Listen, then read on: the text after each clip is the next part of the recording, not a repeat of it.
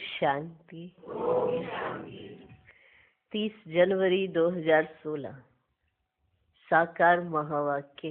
बाबा कहते मीठे बच्चे, बेहद के बाप को याद करना यह है गुप्त बात। याद से याद मिलती है। अगर बच्चे बाप को याद करते तो बाप तो याद करते ही है। हम बाबा को ऐसे नहीं कह सकते, बाबा आप तो हमें याद ही नहीं करते। नहीं, बाप याद करते हैं, हम याद करेंगे तो हमारी याद मिल जाएगी। जो याद नहीं करते उन्हें बाप भी कैसे याद करे। देखो, जो सच में याद ही नहीं करते, ऐसे भी बच्चे होते हैं ना, जो बाप को याद ही नहीं करते, अपनी खुश खराफत ही नहीं भेजते, चिट्ठी ही नहीं लिखते, अपना समाचार ही नहीं देते, तो उन्हों को बाप भी कैसे याद करे। कर सकते हैं क्या? नहीं ना, नहीं करेंगे ना। हाँ, जो बाबा को याद करेंगे तो बाबा उन्हों को याद करेंगे। ये बाबा इसीलिए कहते कि बच्चों को ये लगे, अपने अंदर में ये बात लगे कि मैं बाप को याद नहीं करता ना, तो बाबा भी मेरे को कैसे याद करेंगे। और अपना समाचार देंगे, अपने बारे में बताएंगे कि हम क्या सेवा कर रहे हैं, हम कैसे हैं, जिंदा हैं, कुछ हो तो नहीं गया, माया ने पकड़ तो नहीं लिया, माया कच्चा तो नहीं खा गई। जब ये सब बताएंगे तो बाप को पता पड़ेगा कि याद भी करते हैं कि नहीं करते। तो याद से याद मिलती है। आप बाप को याद करेंगे तो बाबा भी आपको याद करेंगे। पर आप ऐसे नहीं बोलना, बाबा आप तो हमें याद ही नहीं करते। तो बाप पूछ सकते हैं ना, आप बच्चे कितना याद करते हो। प्रश्न हम बाप से नहीं, बाप हमसे कर सकते हैं। तो ऐसे जो बच्चे होते हैं जो कभी प्रश्न नहीं करते और कभी ऐसा कोई समय नहीं लाते कि याद ना आए, तो बाबा को भी उन्हों की बहुत याद आती है ना। तो उन बच्चों को खुशी भी रहेगी और नशा भी रहेगा।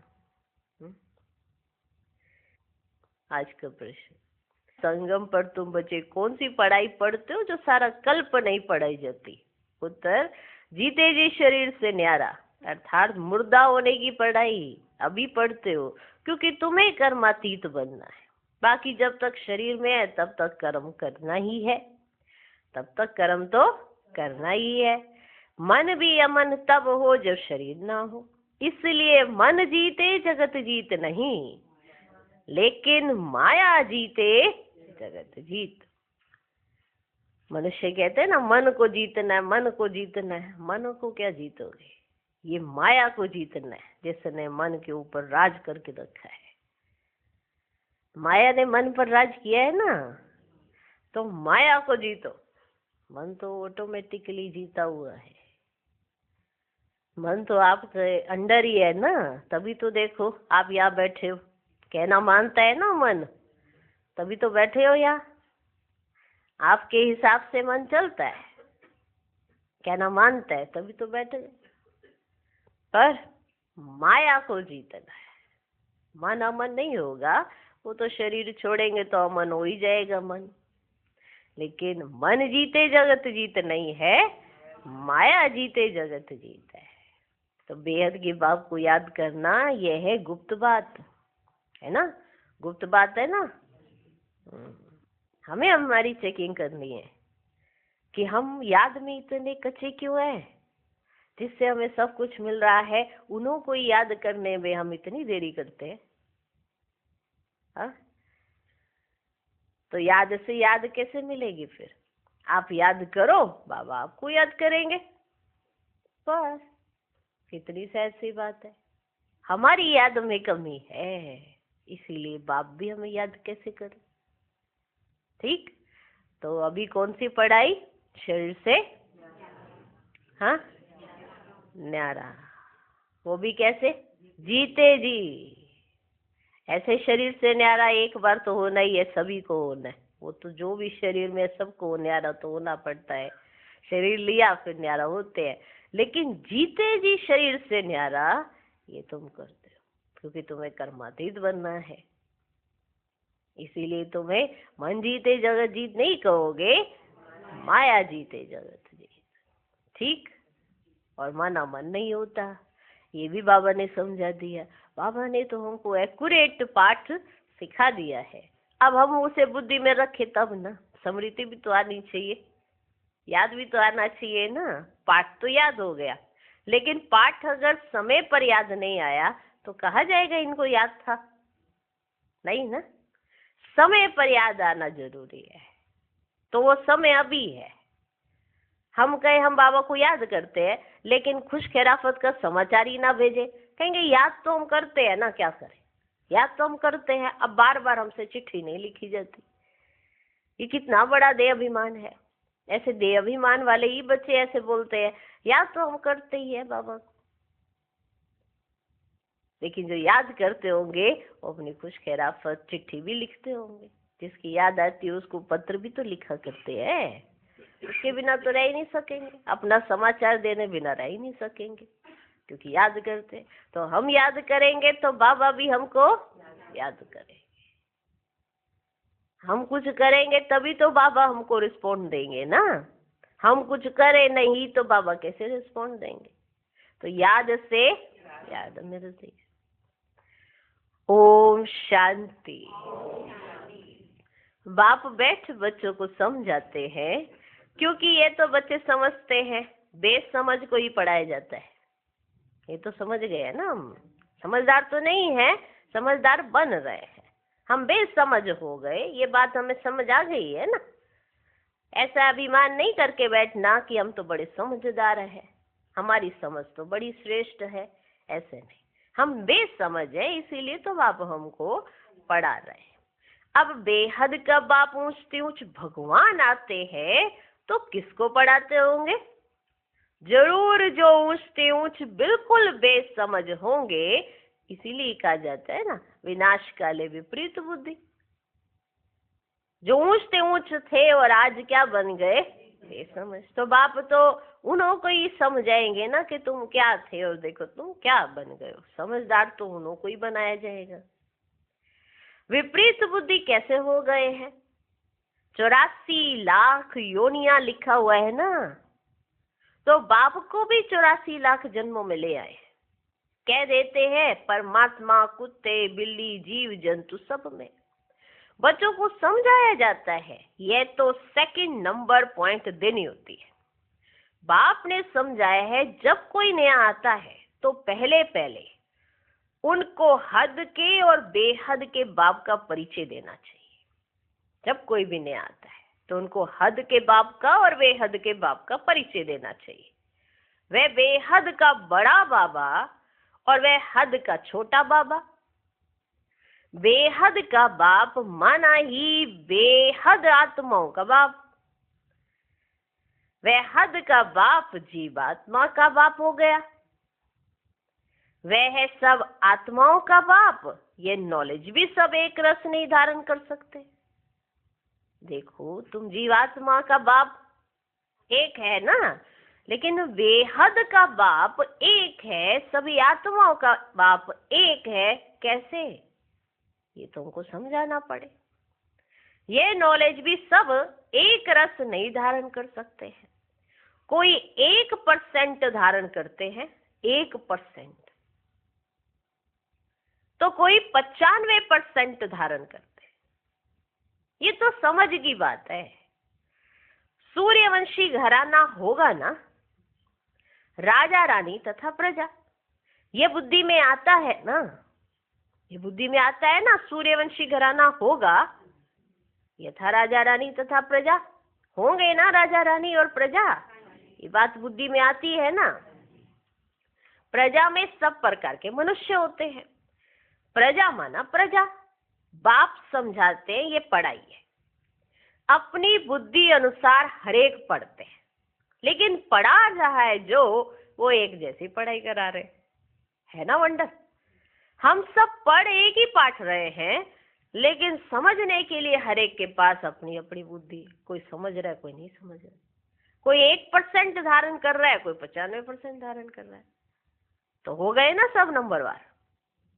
बाप समझाते हैं ये पढ़ाई है, अपनी बुद्धि अनुसार हर एक पढ़ते, हर एक को अपना अपना पाठ मिला हुआ है। जिसने कल्प पहले जितनी पढ़ाई धारण की है उतनी अब भी धारण करते। पढ़ाई कब छिपी नहीं रह सकती, कि आप कितना पढ़ते हो ये बात छिप नहीं सकती है। पढ़ाई कभी छिपी नहीं रह सकती, पढ़ाई अनुसार ही पद मिलता है। बाप ने समझाया है आगे चल इम्तिहान तो होता ही है। अगर आप अच्छी पढ़ाई करते हो, बाबा की याद में अच्छे से रहते हो, तो आप छिपे नहीं रह सकते हो। कई बच्चे कहते हैं हमको तो छिपा लिया गया ना, हमको स्टेज दी ही नहीं गई है, हमको प्लेटफॉर्म पे लाया ही नहीं गया, तो हम भी अपनी कलाएं दिखाते। जिसके अंदर ये बात आ गई, सबसे पहले तो देह अभिमान साइड में नहीं किया, तो वो पढ़ाई कहाँ से कर रहे हैं। पढ़ाई का पहला मूल आधार ही है देही अभिमानी बनो। तो जो अच्छे से पढ़ते होंगे, याद में रहते होंगे, वो छिपे नहीं रह सकते। ये बात तो समझने की है। बाप ने समझाया है आगे चल इम्तिहान तो होता ही है, बिगड़ इम्तिहान ट्रांसफर तो हो ना सके, पिछाड़ी में सब मालूम पड़ेगा। बल्कि अभी भी समझ सकते हैं कि किस पद के हम लायक हैं। भर लज्जा के मारे सबके साथ साथ हाथ उठा लेते, सब उठा रहे हैं, हाथ उठाने को ये कार्य करेंगे तो सब ये कार्य करते हैं, तो सब लज्जा के मारे हाथ उठा लेते। क्योंकि अगर हमने नहीं उठाया तो दूसरे ने देख के कहना ही अच्छा ऐसे हो तो सब लज्जा के मारे सबके साथ साथ हाथ उठा लेते। दिल में समझते भी हैं हम ये कैसे बन सकेंगे, तो भी हाथ उठा देते हैं। समझते हुए भी फिर हाथ उठा लेना, यह भी अज्ञान कहेंगे। कितना अज्ञान है। बाप तो झट समझ जाते हैं, इससे तो उन स्टूडेंट्स में अकल होता है। स्कूल में पढ़ने जाते हैं ना, बाबा कहते इससे आप सबसे जास्ती तो उन स्टूडेंट्स में अकल होता है। वे समझते हैं हम स्कॉलरशिप लेने के लायक नहीं है, पास नहीं होऊंगा।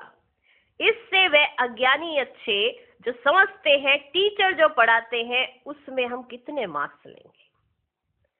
ऐसे थोड़ी कहेंगे हम पास विद ऑनर होंगे।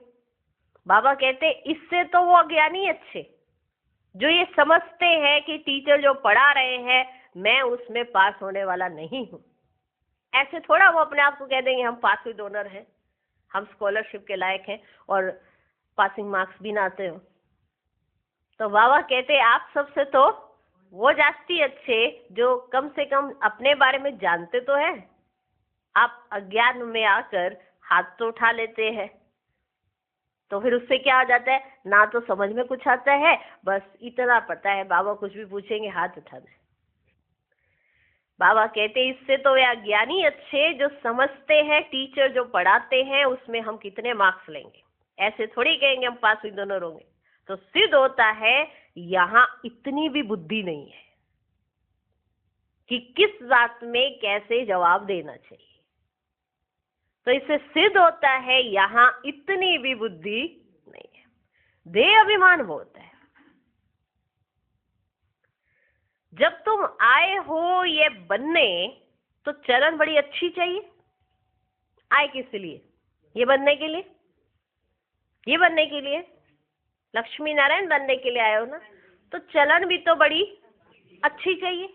इतनी बात तो ये तो कॉमन सी बात है कि हमारी चलन देवताई होनी चाहिए क्योंकि हम ये बनने आए हैं, तो चलन भी बड़ी अच्छी चाहिए। बाप कहते हैं कोई तो विनाश काले विपरीत बुद्धि है, क्योंकि कायदे सिर बाप से प्रीत नहीं है, कायदे सिर बाप से प्रीत नहीं है, तो क्या हाल होगा। बाबा कह रहे हैं कि कोई तो ऐसे भी है विनाश काले विपरीत बुद्धि, क्योंकि कायदे सिर बाप से प्रीत नहीं है, तो क्या हाल होगा, ऊंच पद पा नहीं सकेंगे। नहीं पा सकते वो उच्च पद। ना बाप को जानते हैं, ना पहचानते हैं, प्रीत नहीं है, जो बाप कहते हैं वो करते ही नहीं है, चलन ही उल्टी चलते हैं, तो क्या कहेंगे? कुछ ना कुछ ऐसा अकल्याण के निमित्त बन जाते हैं, तो क्या कहेंगे? कोई आकर ये कहे कि अरे ये देवता है, तो बाप को कितनी खुशी होती है। और कोई आके कहे ये देवता है, हमें नहीं लगता। बताओ कैसा लगता हो? कोई आपकी रिपोर्ट आके दे कि इनकी तो चलन ही खराब है, तो कैसा लगेगा? तो हर एक अपने आप में भी समझ सकता है कि मेरी चलन कैसी है, इतना तो हर एक जानता ही है। बाकी वो अलग बात है, वो जानना ना चाहे अपने बारे में, तो ऐसे ही मियाँ मिट्ठू बन के घूमता रहे कि मैं तो स्कॉलरशिप लूंगा, मैं तो स्कॉलरशिप। उतनी बुद्धि भी तो होनी चाहिए। बाप कहते कोई तो विनाश काले विपरीत बुद्धि है, क्योंकि कायदे सिर बाप से प्रीत नहीं है, तो क्या हाल होगा? ऊंच पद पा नहीं सकेंगे। बाप बैठ तुम बच्चों को समझाते हैं विनाश काले विपरीत बुद्धि का अर्थ क्या है। बच्चे ही पूरा नहीं समझ सकते तो फिर और क्या समझेंगे? बच्चे ही अगर बाप को पूरा नहीं समझते हैं तो फिर और क्या समझेंगे? जो बच्चे समझते हैं, हम शिव बाबा के बच्चे, वही पूरा अर्थ को नहीं समझते। आप तो जान चुके हो ना, और आप ही पूरा अर्थ को नहीं समझते। बाप को याद करना ये तो है गुप्त बात, पढ़ाई तो गुप्त नहीं है ना। याद करना गुप्त है कि आप कितना याद करते हो, कि आप के अंदर बाबा बाबा कितना चलता है। माना हर बात में आपको बाबा कितना याद आता है, ये तो आपके अंदर की बात है ना। बाकी आप कितना पढ़ते हो कितना नहीं, वो तो सब सामने दिखाई पड़ता है। आपका चरित्र ही बताता है कि आप कितना समझे हो किसी बात को। आपकी चलन ही दिखाती है कि आप कैसे बाबा को लेकर चलते हो। जब व्यक्ति कोई बात करता है ना, तो उसके बात करने के तरीके से समझ आ जाता है कि ये रॉयल है या रॉयल नहीं है, ये अंदर और बाहर से कैसा है। अचानक से किसी से कुछ पूछ लिया जाए और अचानक में उसका जो जवाब आएगा, उससे ही अंदाजा लगाया जाता है कि ये क्या सोचती है आत्मा। इसीलिए आजकल एक खेल भी बनाया हुआ है कि झटपट जवाब देना। माना जो आपका चिंतन होगा वही आप जवाब दोगे। तो ये एक खेल भी बना हुआ है, जिससे मालूम चल जाता है कि आपके अंदर की स्थिति कैसी है। ये एक खेल बना हुआ है। उसमें क्या होता है, मनुष्य आत्मा ज्यादा सोच नहीं पाती है, और बिना सोचे समझे, माना उसको ज्यादा समय नहीं लगाना है और झटपट जवाब देना है। तो वो जवाब कैसे देती है? जो उसने चिंतन ऑलरेडी पहले कई बार किया होता है, वही जवाब उसके मुंह पर आ जाता है। ठीक है ना? तो अब हमारा चिंतन अगर अच्छा है, शुभ है, तो हमारे मुख से भी बात जो है ज्ञान रतन ही निकलेंगे, अशुद्ध बोल ही नहीं पाएंगे। बाप को याद करना यह है गुप्त बात। पढ़ाई तो गुप्त नहीं है ना, पढ़ाई में नंबरवार है। सब एक जैसा थोड़े ही पढ़ेंगे। बाप तो समझते हैं ये अभी बेबीज है। आप तो समझते ये अभी बेबीज है। ऐसे बेहद के बाप को 3-3, 4-4 मास याद भी नहीं करते हैं, तो क्या हुए? बेबीज हुए ना। 3-3, 4-4 मास याद भी नहीं करते। मालूम कैसे पड़े कि याद करते हैं? मालूम कैसे पड़े कि याद करते हैं?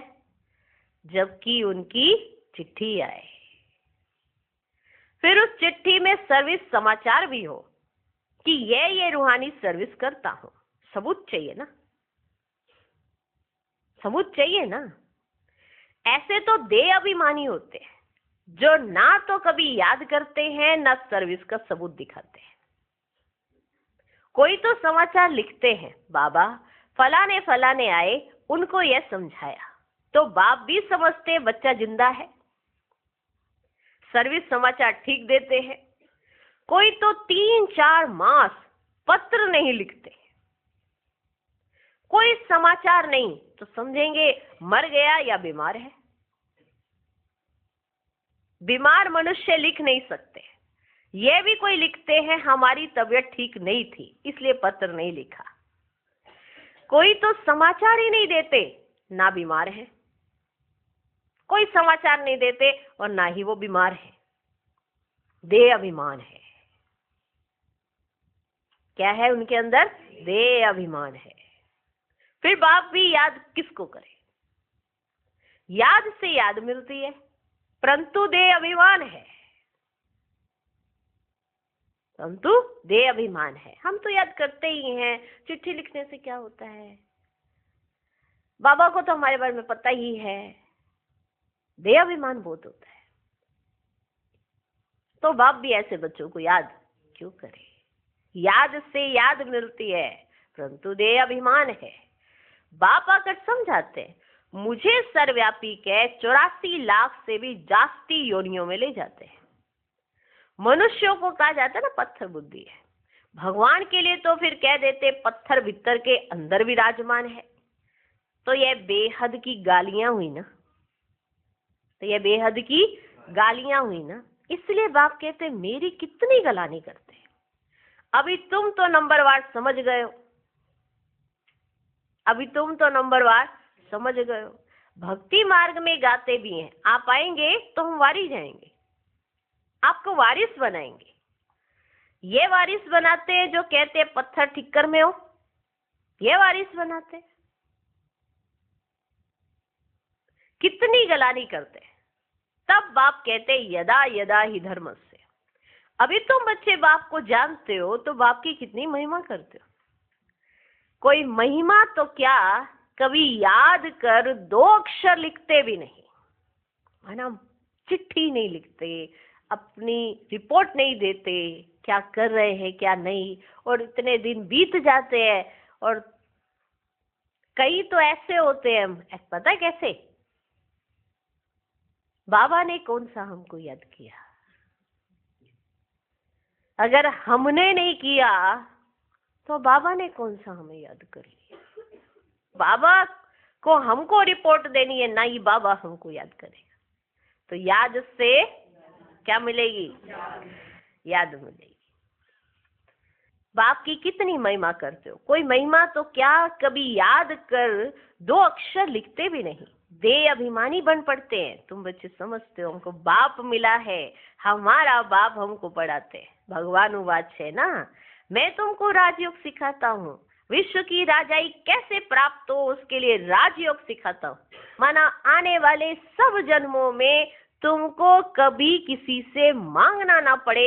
आज मैं तुमको वो सब कुछ देने आया। तुमको इस जन्म में जो नहीं प्राप्त हुआ तुम्हारा, क्योंकि लुट गया, आज मैं इस जन्म में तुमको वो सब कुछ देने आया हूँ। और इस जन्म में भी मिलेगा और आने वाले जन्मों में भी मिलेगा। तुम्हारा जन्म ही वहां होगा जहां सब कुछ होगा, तुम वहीं जन्म लोगे।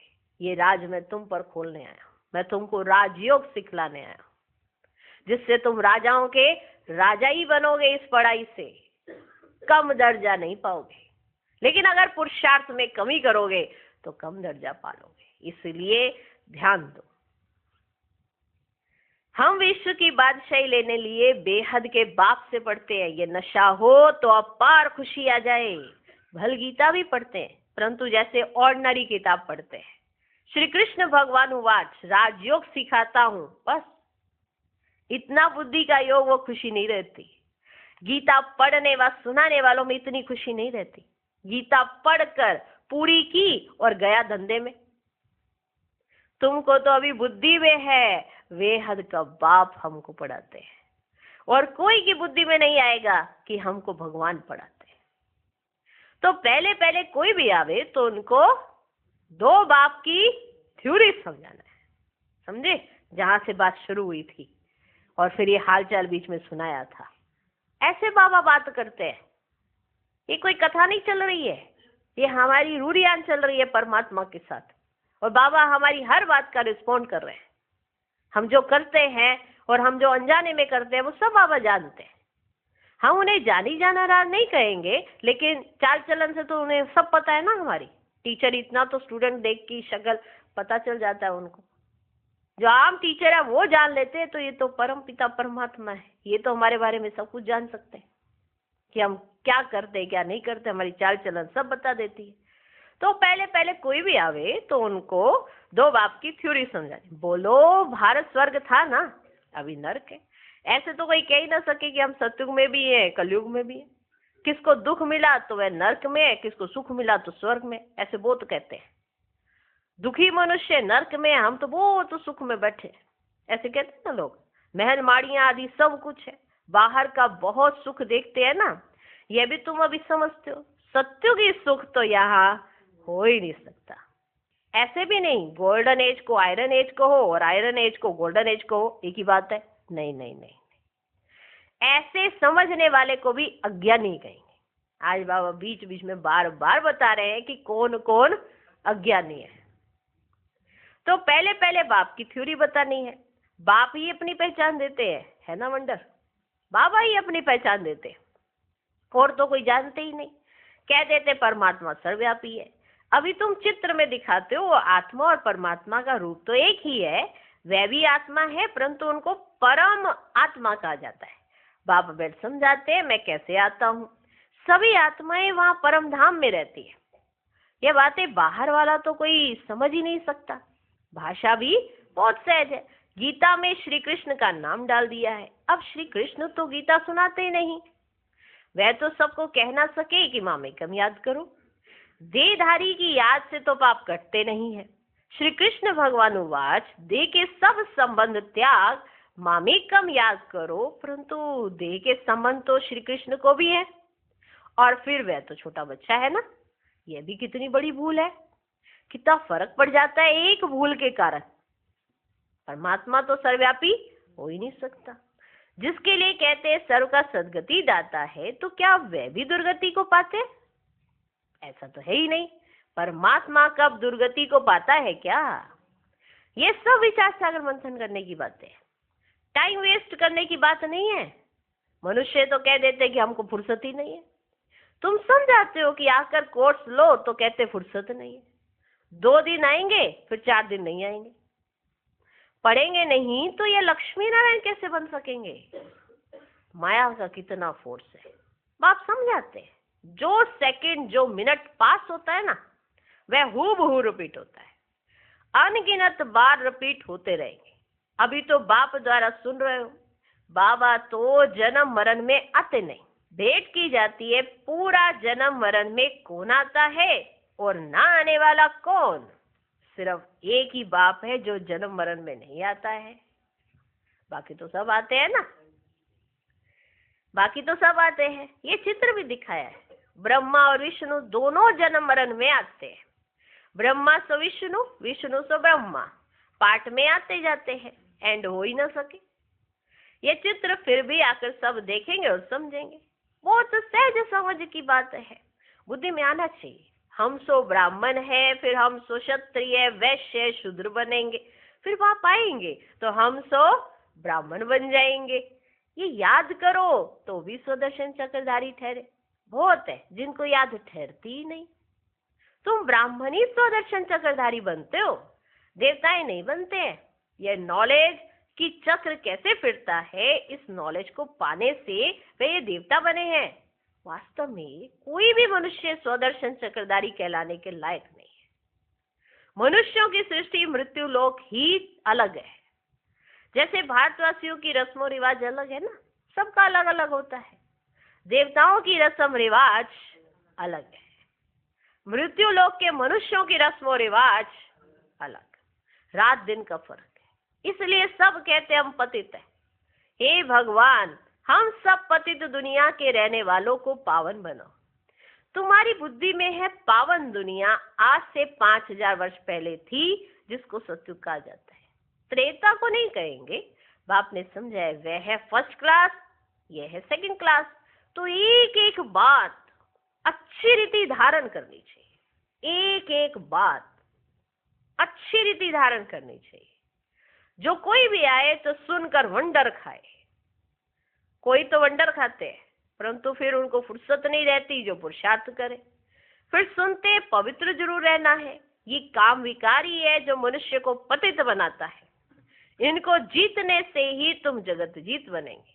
बाप ने कहा भी है, काम विकार जीत जगत जीत बनो। मनुष्य फिर कह देते मन जीते जगत जीत बनो, मन को वश में करो। अब मन अमन तो तब हो जब शरीर ना हो, बाकी मन अमन तो कभी होता ही नहीं है।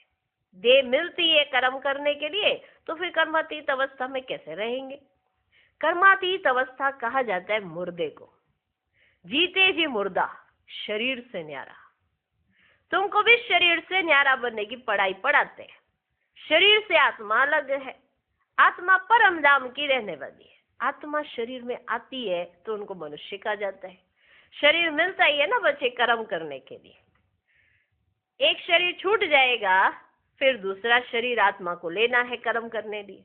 शांत तो तब रहेंगे जब कर्म नहीं करना होगा। मूल वतन में कर्म होता ही नहीं, तो शांति कब कहते हैं? मूल वतन में। सृष्टि का चक्र यहाँ फिरता है। बाप को और सृष्टि चक्र को जानना है। इसको ही देखो बच्चे, नॉलेज कहा जाता है। हो गई ना कितनी सहज पढ़ाई है ये। आंखें जब तक पतित क्रिमिनल हैं तो इन आंखों से पवित्र चीज देखने में आ नहीं सकती। ये आंखें क्या है? पतित है, क्रिमिनल है, इसलिए पवित्र चीज देखने में आ ही नहीं सकती।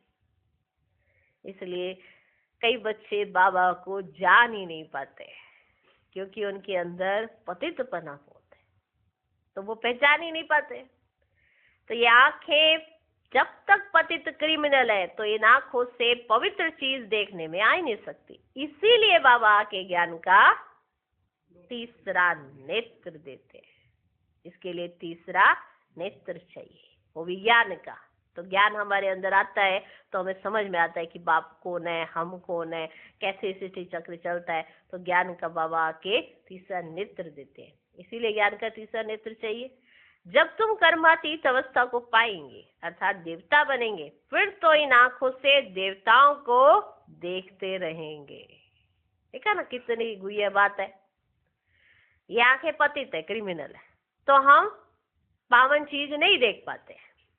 ठीक है, जब हम पवित्र हो जाएंगे, कर्मातीत अवस्था को प्राप्त करेंगे, तो इन आंखों से ही देवताओं को देखेंगे।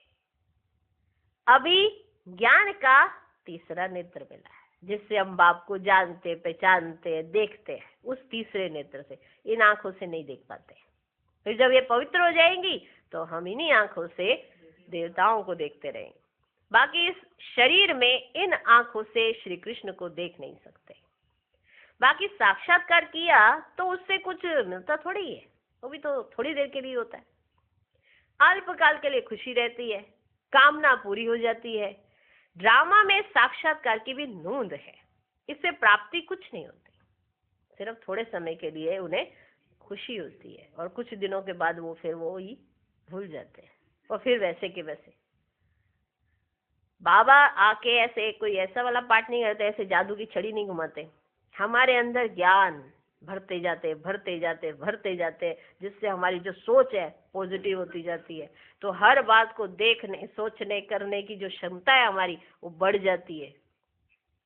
सिर्फ साक्षात्कार करने से हम पल भर के लिए खुश होते हैं, लेकिन अभी ज्ञान धन से हम पूरा जीवन खुश रहते हैं। ड्रामा में साक्षात्कार की भी नूंद है, इससे प्राप्ति कुछ नहीं होती। क्या प्राप्ति नहीं होती वो भी बाबा ने समझा दिया है। अल्पकाल की खुशी मिलती है, सदा काल की खुशी नहीं मिलती, लेकिन ज्ञान धन से हमें सदा काल की खुशी मिलती है। ज्ञान के तीसरे नेत्र से हम सदा खुश रहते हैं, क्योंकि हम बाबा को देख सकते हैं सदा, इस ज्ञान के तीसरे नेत्र से। अच्छा, मीठे मीठे सिक्के लदे बच्चों प्रति माता पिता बाप दादा का याद प्यार और गुड मॉर्निंग। रूहानी बाप की रूहानी बच्चों को नमस्ते। हम रूहानी बच्चों के भी रूहानी बाप को नमस्ते नमस्ते नमस्ते। Good morning good morning good morning. धारणा के लिए मुख्य सार। पहला पॉइंट, शरीर से न्यारी आत्मा हूँ, जीते जी शरीर में रहते जैसे मुर्दा, इस स्थिति के अभ्यास से कर्मातीत अवस्था बनानी है। दूसरा पॉइंट, सर्विस का सबूत देना है, देह अभिमान को छोड़ अपना सच्चा सच्चा समाचार देना है, पास विद ऑनर होने का पुरुषार्थ करना है। आज का वरदान, करण करावन हार की स्मृति द्वारा सहज योग का अनुभव करने वाले सफलता मूर्त भव। कोई भी कार्य करते यही स्मृति रहे कि इस कार्य के निमित्त बनाने वाला बैकबोन कौन है। बिना बैकबोन के कोई भी कर्म में सफलता नहीं मिल सकती।